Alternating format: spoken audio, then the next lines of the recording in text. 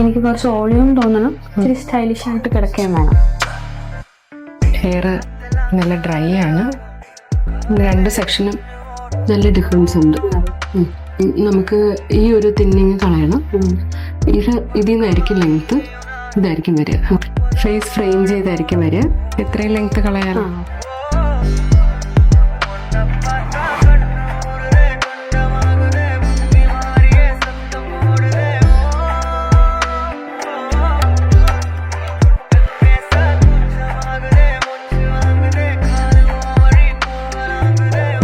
ഈ രണ്ട് സൈഡും ഈക്വൽ ആക്കിയിട്ടുണ്ട്. ആ ഒരു തിന്നിങ് അറിയാത്ത രീതിയിലാണ് ഇപ്പം കൊടുത്തേക്കുന്നത്. ഇതിനകത്ത് ഇനി നമ്മൾ ഫ്ലെയർ ചെയ്യാൻ പോവാം.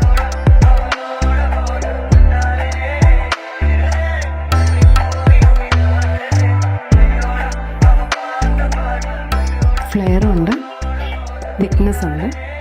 ഈ സൈഡിലിട്ടാലും ഫ്ലെയർ ആയിട്ടുണ്ട്. ഓക്കെ.